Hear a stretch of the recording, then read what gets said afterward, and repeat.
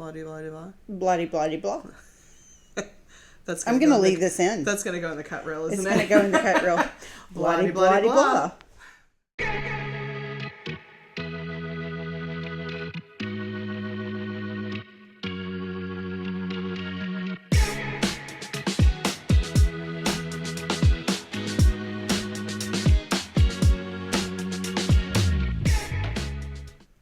Hey everybody, and welcome back to GGWP, the Good Game Well Played podcast. I'm your host, Lisa Blank.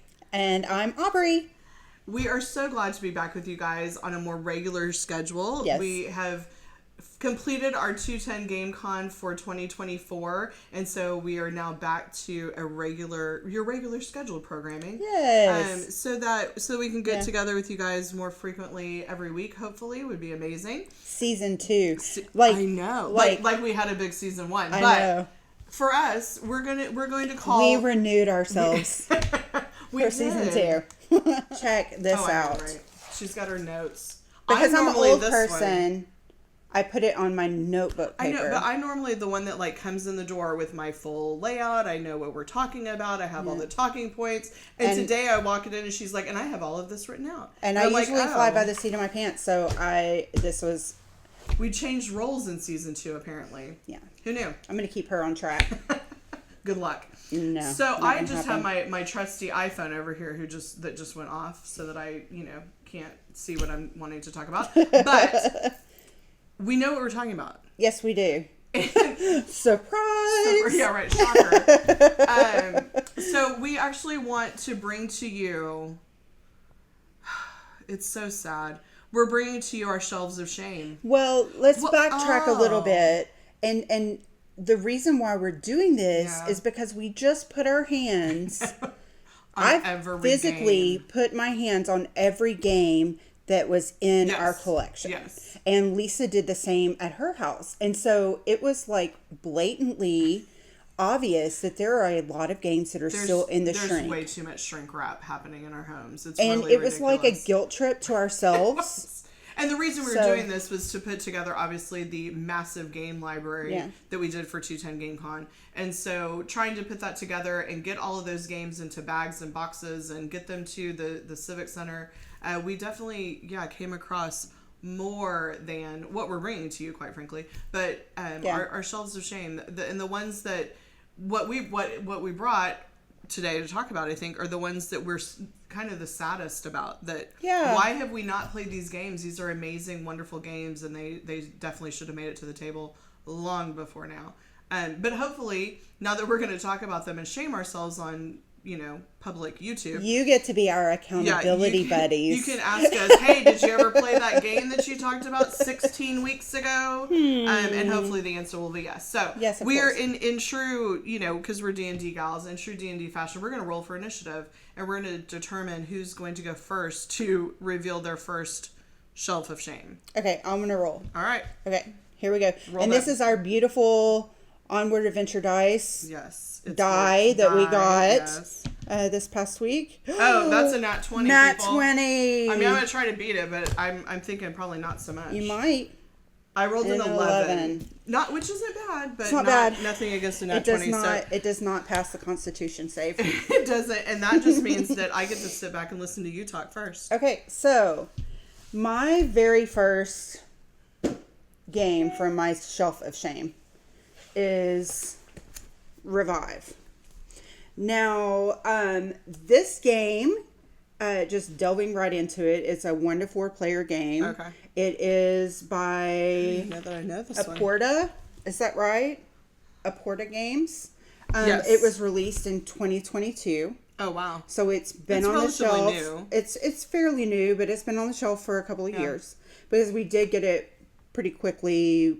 You probably got it like Gen Con or something. Yeah, no? I think that might be true. It's an 8.1 on BGG and a 3.43 weight. So it is a reasonable game to play. It is a strategy game in which I'm looking at my notes about rebuilding a civilization 5,000 years after everything is destroyed. Oh, so it's upbeat.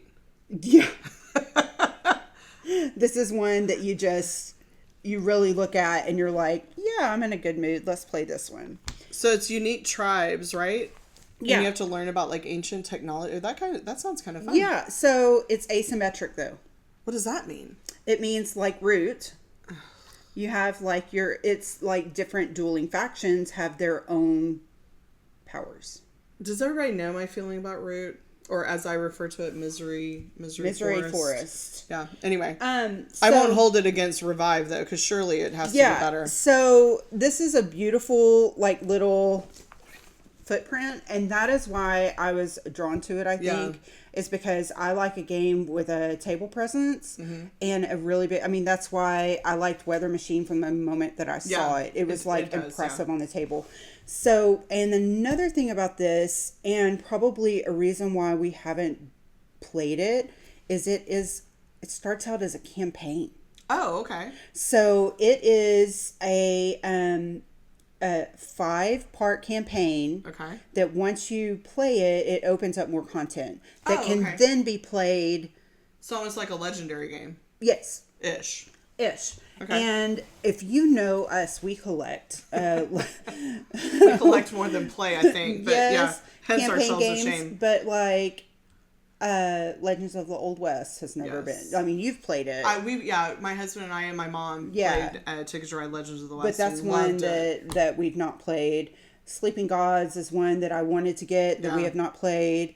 And Sagrada Artisans, which I was very excited about.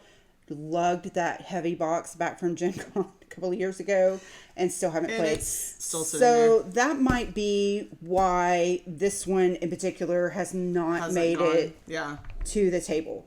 But I do want to play it because in 2023 there is an expansion called Call to the Abyss. Oh, that we haven't bought. I mean, thankfully, because it would still be in the shrink too. It would still be.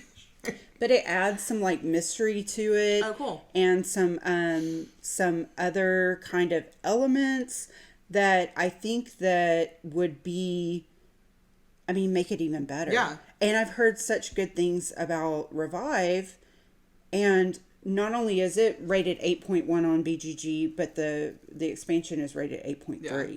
And for the few people who don't know, BGG rates their games. They don't rate them. People rate them. Right. But it's out of 10. So an 8.1 out of 10 is pretty high as far as likability and playability. Yeah. So just to give some context there. And then and what was the weight again? It is a 3.4. A 3.43. So those weights, again, for people that don't know, is up to 5. And so that's a pretty heavy weight, meaning it's a little bit meatier and not, it's further away from Uno than, than most. Yeah. To give a context, I know several people that listen to us, lovely listeners, don't know a lot about the board game community, but they love hearing our chatter, and so just to give some context, why? Who knows? Who knows? But that's awesome. Okay, so I'm intrigued because I like the campaign aspect of it. Yes, and so I think that this is one that in the next foreseeable future I would like to at least try out. Yeah. And you said it's up to 5, right? Up to 5 players? 4 players. Oh, 4 players. Okay. 4 players. And it has a solo mode, but that's Derek's jam. Yeah, I'm not a solo. Yeah. I'm not a solo, so I'm going to put this one away. Awesome. Okay, so what do you have? All right, I'm next. My first one is Pendulum. And so what's funny about this one is we actually both said that this could have been that on one both of our almost lists. came from downstairs, from the from the cave, from the library Cave of Wonders, where everything else is. So this one is actually rated a 6.4, so a little bit lower. So not as many people liked it, but still, still worth it. And it's a 2.9 on the difficulty scale as well. Basically, this one is you're a noble and you're trying to steal time somehow. Oh, cool. I don't know a lot about it because obviously we haven't played it, but you're trying to succeed the timeless king as the true ruler of the city that's created within the world. And it's really a pretty game. Again, I'll show you the back too.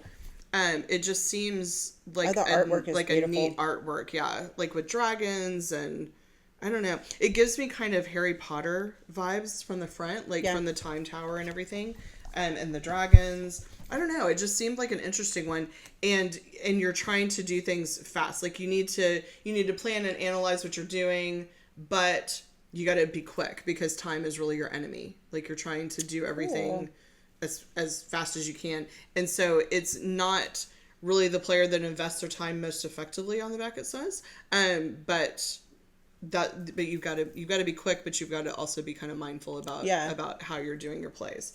And so it says that you'll be declared the new timeless ruler. Oh. Which, I mean, anytime I can be declared a ruler sounds like a good way to spend my afternoon. Yeah, not too bad. So anyway, so this one, it's for 12 and up. It says that it's, like 60 to 90 minutes, so that's not bad for us. Not bad. Considering that some of our games take forever. 4 to 6 hours. So, an hour and a half isn't a bad investment. Yeah, that's not bad. But it's one that like I said, we have both kind of said that we wanted to play.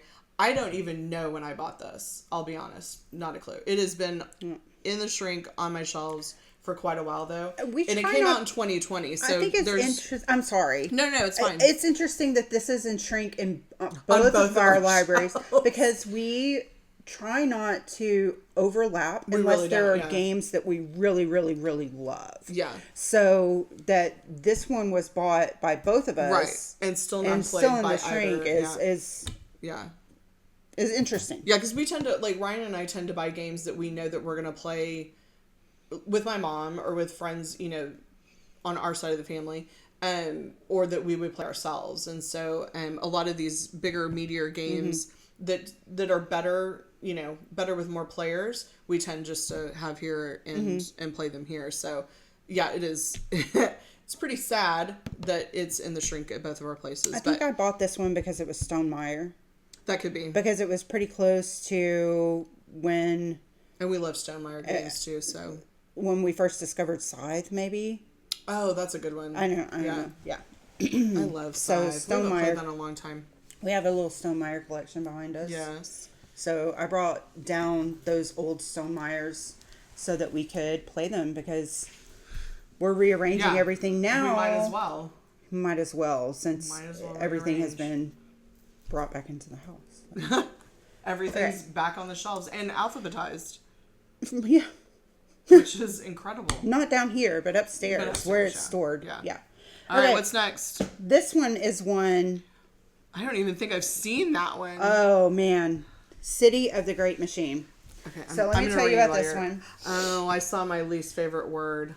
Hang on. Cooperative. Co-op. So, this is by... I am not sure how to say this, if it's Crowd or Crowdy.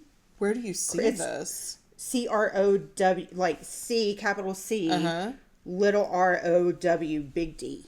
Yeah, it's so it's a Crowd. Yeah. Crowd games. And it was released in 2023. And this is one that I had my eye on and I bought pretty quickly after it came out. Yeah. So it's not been on the shelf that long. I didn't know much about it, but the theme of it was really, really cool. So it's kind of steampunky. Oh, yeah.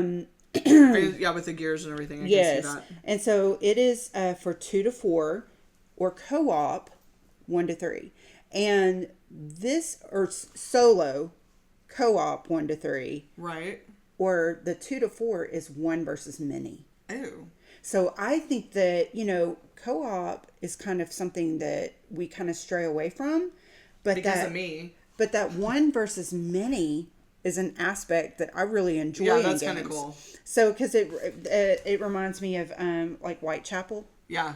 Which is another game that we don't get to the table near enough. It's so much fun and kind of a creepy vibe. So this is a strategy game. It is in a Victorian steampunk setting with conflict between what is an AI network called the Great Machine and a group of heroes. So you are either fighting against a person that is running the Great Machine or an automa that is running the Great Machine. And apparently it changes up the dynamics of the game quite a bit. Yeah. Versus whether the automa is running things or if a person is actually making those decisions. Very cool. Okay. So that's cool. Even though I picked this one up right when it came out and was real excited about it, we also picked up a couple of other games at the same time. So I think that this is why this one got put on the shelf and kind of forgotten about. Other shiny things took our attention. Shiny things took our attention. And you know, sometimes things in Shrink just get pushed aside, and it's not intentional, but I think that you know, is one of the reasons why this one hasn't been played. So, but the reason why I want to play it is now that one versus many. Yeah. I think that's is a kind of fun dynamic. And it's interesting too, because not only would it change because it's a person versus an automa, but any single one of us that plays the Great Machine, I mean, it's going to change the game. Awesome. Yeah, and make it replayability. We would each play it completely differently, I'm sure. Yeah. Because all of us have such different ways of, I don't know, interacting or ways of thinking about, like, I want to win all the time. Ryan just wants to have fun. Yeah. Yeah. So that's awesome. All right. Yeah. So the City of the Great Machine. That's coming out. Maybe. You're like, we're gonna have 8 games. We're gonna have to have a game week. We need a game weekend. Okay. Another game weekend. Okay. What's next for you? All right. Next for me is this one. It's Power Grid. Oh, and I've never played this one either. It is an absolute travesty. Like a true travesty that this is still in the shrink. So, quick background though. I actually bought this for my husband, for Ryan, for his birthday. His birthday is in the beginning of May.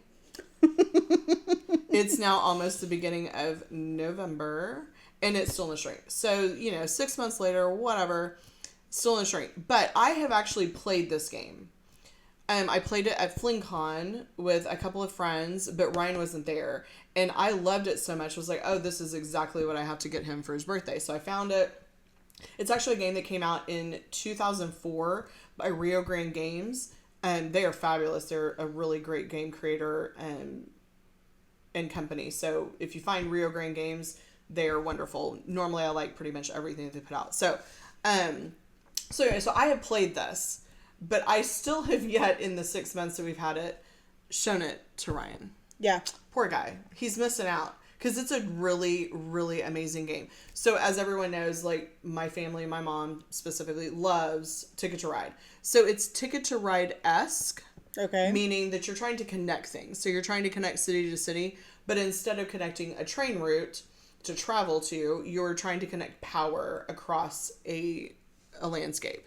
Okay. So you're trying to connect power from one city to another in different regions. And what's great about this game is that it has so many expansions. So I think I ordered the Italy expansion. It comes with one other country. I don't remember. I'm assuming probably Italy and France because they're close together. But what's nice is like you can play this board, the main board that it comes with, or you can order a ton of different boards that then just change up how you play. So if you're bored with one, with one map, kind of the same thing with Ticket to Ride. I have every version and every map of Ticket to Ride because they each bring something new. I don't remember if the expansions, because I haven't played one of the expansions yet with it. Obviously, I haven't even played it yet. Or played this version. But I don't think that they change up rules. I think it's just a new board. Okay. But basically, yeah. So the gist of it is you're trying to connect power. You're trying to create, money for your own company. So this one on BGG is actually rated a 7.8. So a lot of people love this. And every time I've talked about this game to anybody else, they absolutely adore it. And it's one of their favorites. So, and it's weighted 3.25, which isn't too bad. Like that's not awful. Yeah, it's completely approachable, I think, for most people. But it did come out in 2004 and then they recharged it. So, and this is the recharged version. I don't remember when this one came out though, but it's recent. Yeah. Anyway, so basically what's nice about this one is that the original game comes with Germany on one side and then the US on the other. So you've got already two maps in the main game already. Oh, cool. So yeah, it's super fun. But again, I like that Ticket to Ride-y thing. So. Yeah. And, everybody, like you said, everybody loves this game. That I was like, have you played Power Grid? And I've never had a chance to play it, but being originally out, you said released in 2004. Yeah, 20 years ago. That's 20 years. Yeah. Then that says something when a game is around for that long. Absolutely. And when people are still talking about it and still absolutely love it, like that's pretty incredible. Anyway, so yeah, so this one needs to come out because seriously, you shouldn't have to wait 6 months to play your birthday present. Your birthday present. That's pretty sad. Yeah. It happens. It happens. Life gets crazy. It happens. Okay, let me flip your notes. Flip my notes. This is Olive Sky. The big box. As opposed to Isle of Skye, the small box? Well, it has a lot. This one has all of the expansions. It has all the things in it. So, the big box was released in 2022. Okay. So, now, I mean, are you doing a little looking? No, you're not. No.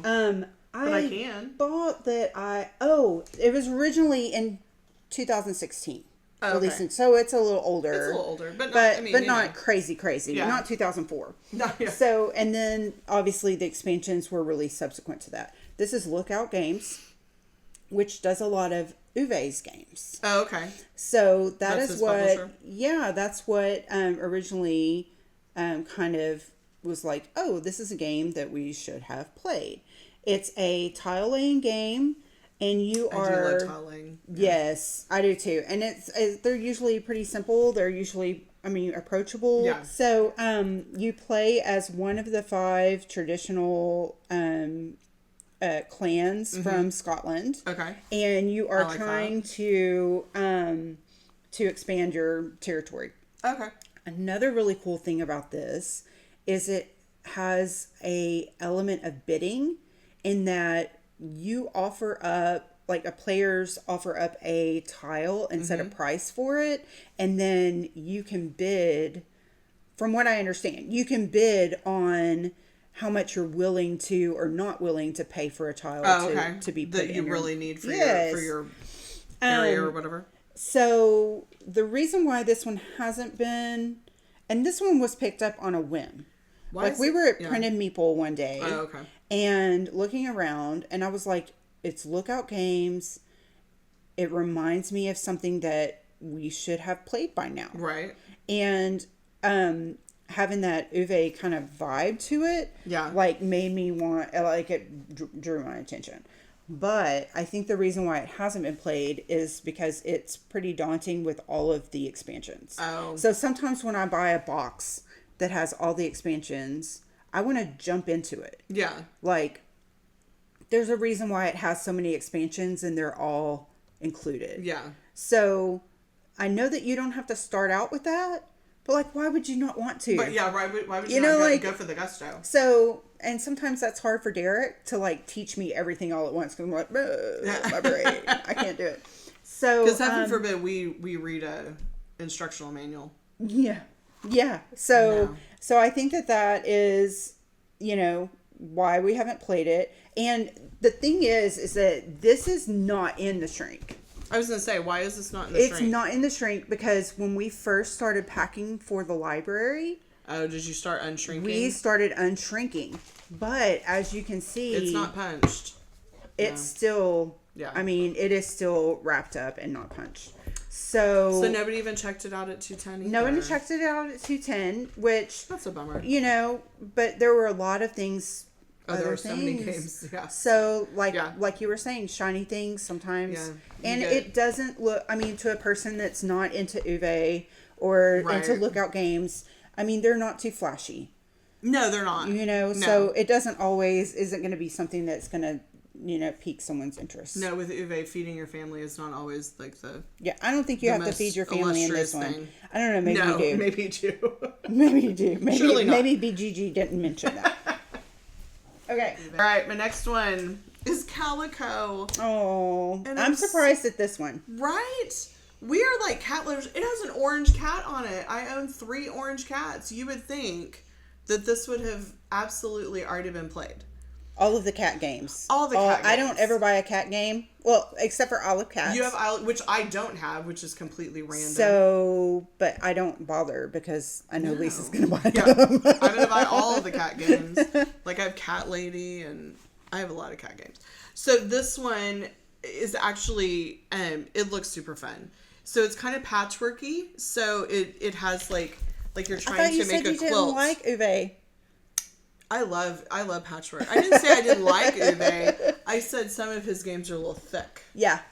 I got you. Little thick. I do like patchwork though. Yeah, it's My a mom good likes game. Patchwork too. Yeah, and Dylan likes that one too. He can play that one with us. So basically, you're trying to make a quilt for your loving cat to lay on. I mean, how sweet is that, right? Like that's pretty amazing. So you basically are picking pieces to make different patterns, and different patterns are worth different points. Okay. So as you place pieces on your board, you're limited to how the placement goes. Mm-hmm. And so, but then if you make a certain pattern, it's worth so many points. Okay. So you're just trying to, person with the most points wins kind of thing. It's a 7.5 on BGG, which is really high for a cat game. Like a little game. I mean, it's a like little, a 7.5 that's impressive. It's really, I really want to play this one. So it is actually a 1 to 4, so it's only 4 players, but it's a super quick one. Yeah. So, which is always nice. Like it's nice to have that little intermediary, like intermediate game. So 30 to 45 minutes. Oh, 10 and nice. up. So it's good for families. Especially with that lower age range. Mm-hmm. So like I said, Dylan I think would absolutely love this because he's a cat guy too. Mm-hmm. But yeah, the fact that it's just not, and it literally at my house, it sits up on top of the shelf facing me. And it's still in the shrink. Play me. So this one has to come to the table. Yeah. Soon. Like really, really soon. But anyway, but apparently lots of people love it because again, a 7.5 is a pretty great rating for a tile laying game, especially too. Yeah. Normally tile laying games don't get as much, street cred for some reason. I don't know why, because I really like tile placement. But not everybody does, I guess. Yeah. I think some people think it's too simple, but I don't think it has to be. I think that there are several tile playing games that can get really strategery. That they can be much more strategic than others. So this one needs to come out of the shrink and get played very, very soon at La Blanc House because it's cats. And it's orange cats at that. Orange cats. They rule. So that's my next one. What else you got? Okay. My last one for the day. And this one is... I'm peeking over there in the pile. This one is... this one's really cool. Is it? Yeah. Well, then why haven't we played it? I don't know. Septima.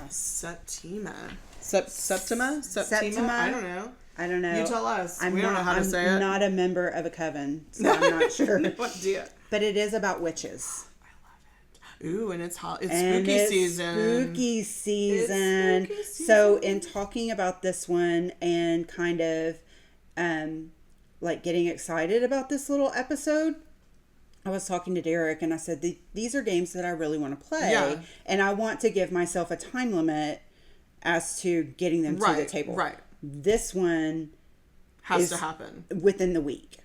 So I've already given him warning. That's quick. He has started because I want to play it before Halloween. Oh, gotcha. Because he already started researching He's researched it. So online. So this is a 1 to 4 player game. Okay. It just came out in 2023.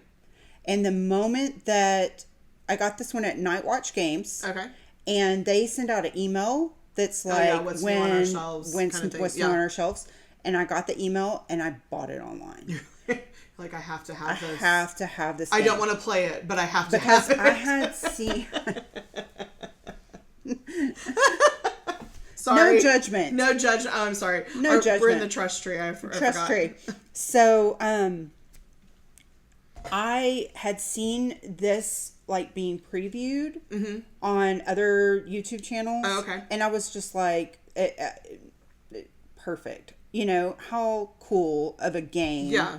And so different. Such a different theme. So it's a strategy game. And if you, all except for Isle of Skye, which is kind of a strategy tiling. Yeah. But all of my games have been strategy games.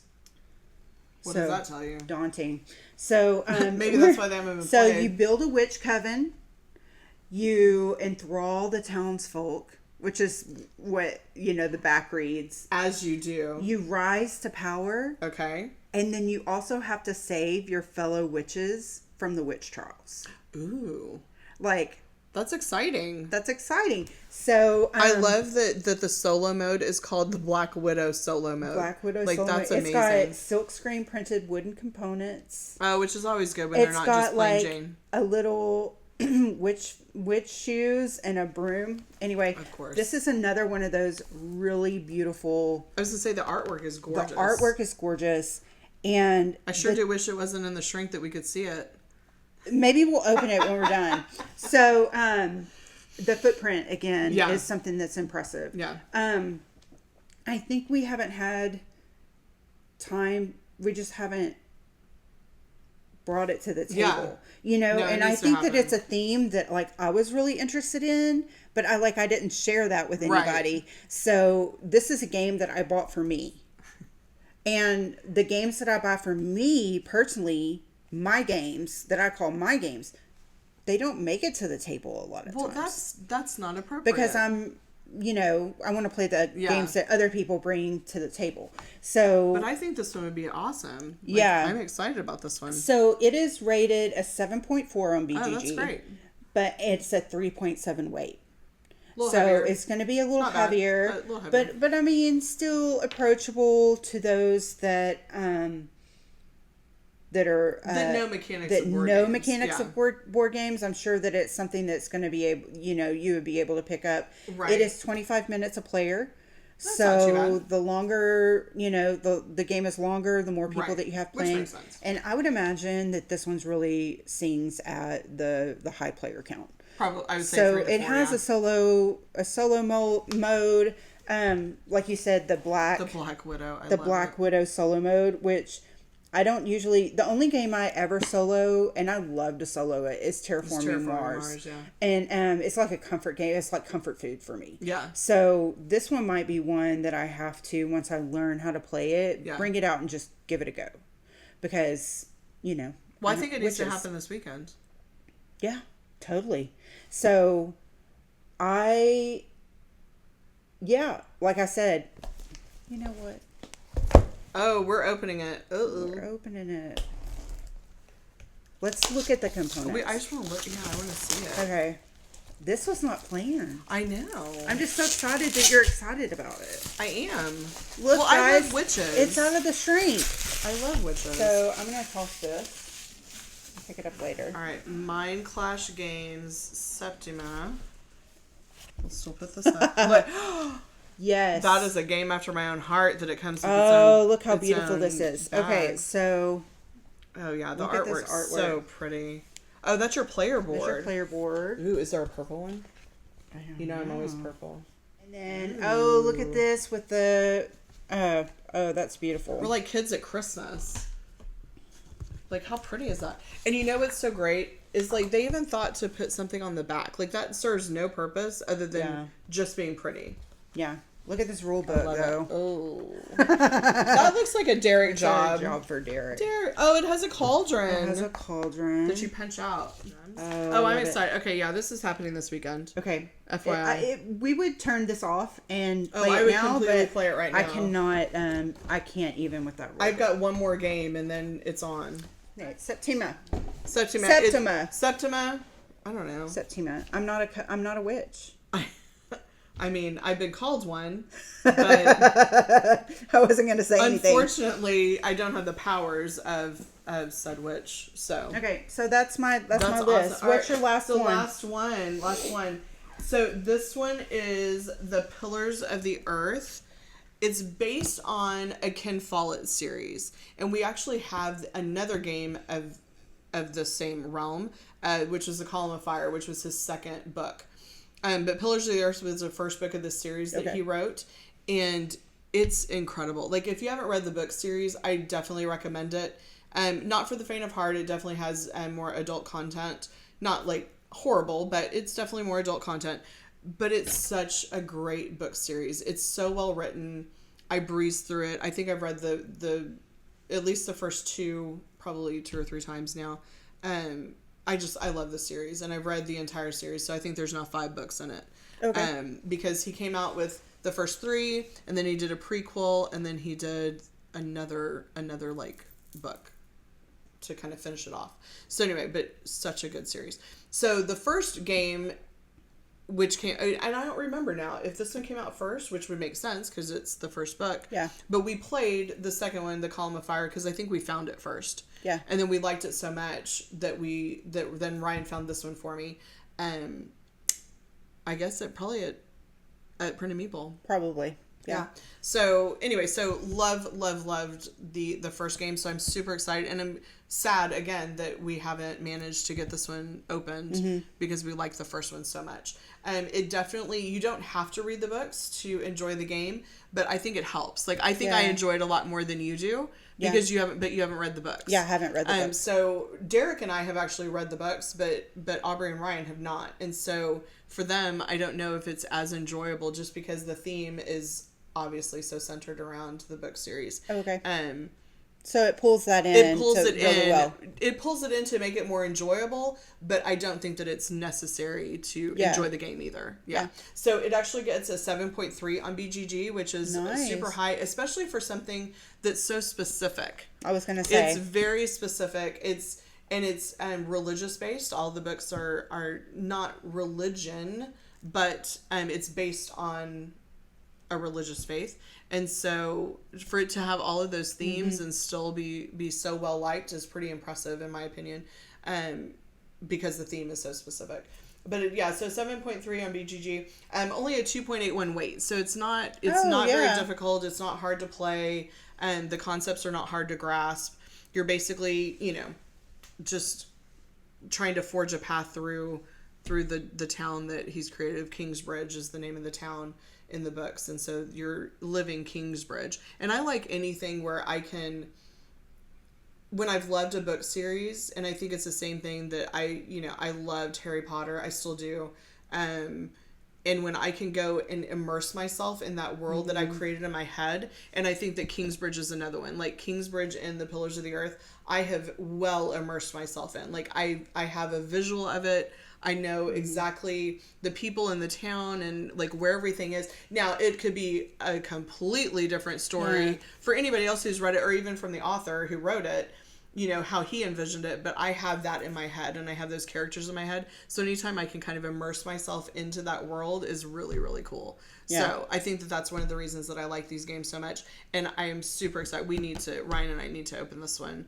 You need to bring it to our table too. Look at this. Because y'all don't have it's really one. It's gorgeous. So I'll show you the back of it.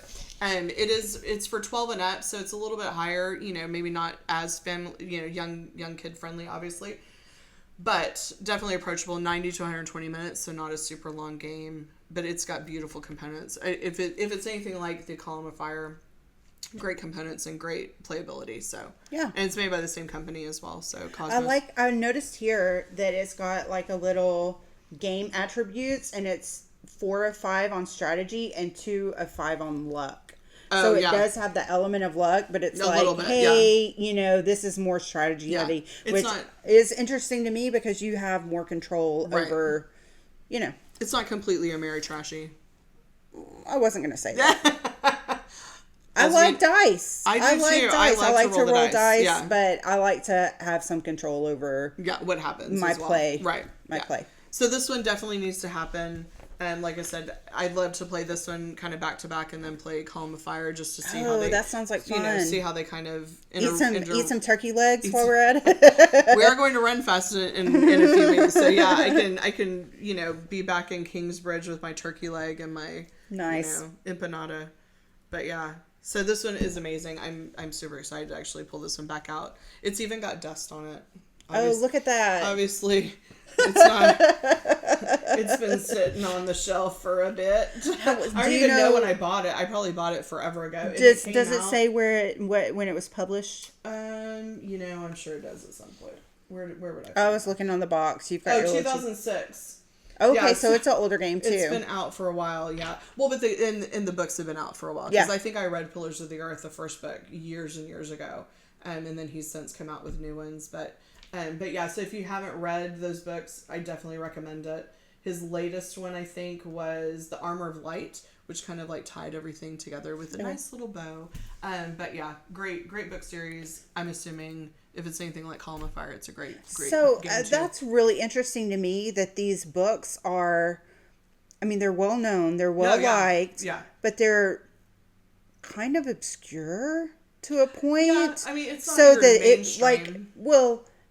that it would make that a game would be published on it. Right. So like that's really interesting to me. Like, because it's not one that you know movies have been made out, because you think of like you think of Lord of the Rings or IP, you think of like big, or even like we talked about with Harry Potter. Like there are so many Harry Potter games, and there are so many Lord of the Rings games, or Star Wars or Marvel or anything else. It is not that. Like there are not. I think there was a series made, but again, you'd have to dig deep to find it. And I started watching it, and then they canceled it. So I think there's only one season of like a series based on these characters, which made me obviously sad that I couldn't then immerse myself even more. But it's not a mainstream thing that everyone's going to know about. But the fact that 2 board games were made off of that series is pretty incredible. That's really cool. But again, great theme. I think that you know, medieval kind of period is always a great theme. So. At least for me. But I like Renfest. I like, you know, I like that kind of that genre too. So, and it's also England. So anything that I can read in historical England is always my favorite. I don't know why. Very cool. It's just something that I've always been drawn to. So if somebody wants to make games about, you know, Henry VIII and all of his wives, I'd probably play that game too. That's I'm sure that there is, like, if we dig deep, I'm sure, yeah. Like Philippa Gregory is one of my favorite authors for like historical fiction, all in English history. So yeah, if she decides to start creating, you know, board games, that would be amazing too. Awesome. But, yeah.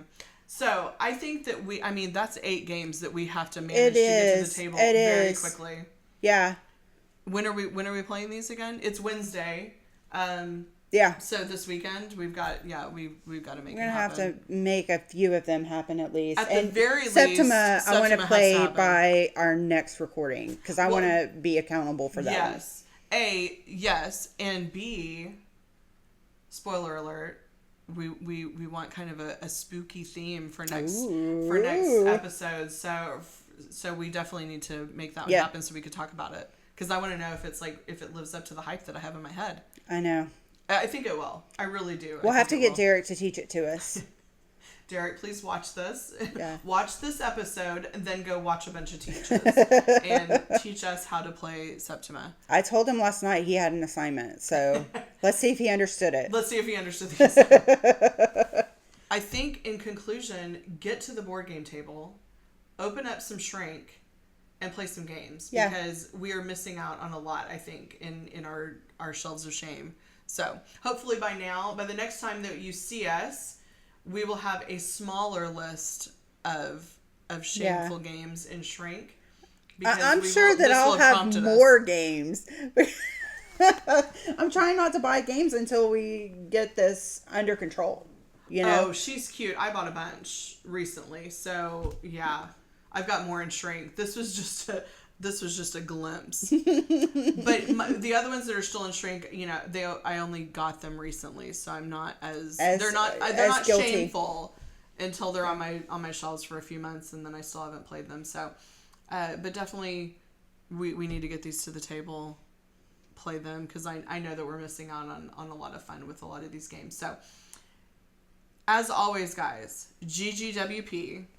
Good game well played. Bye.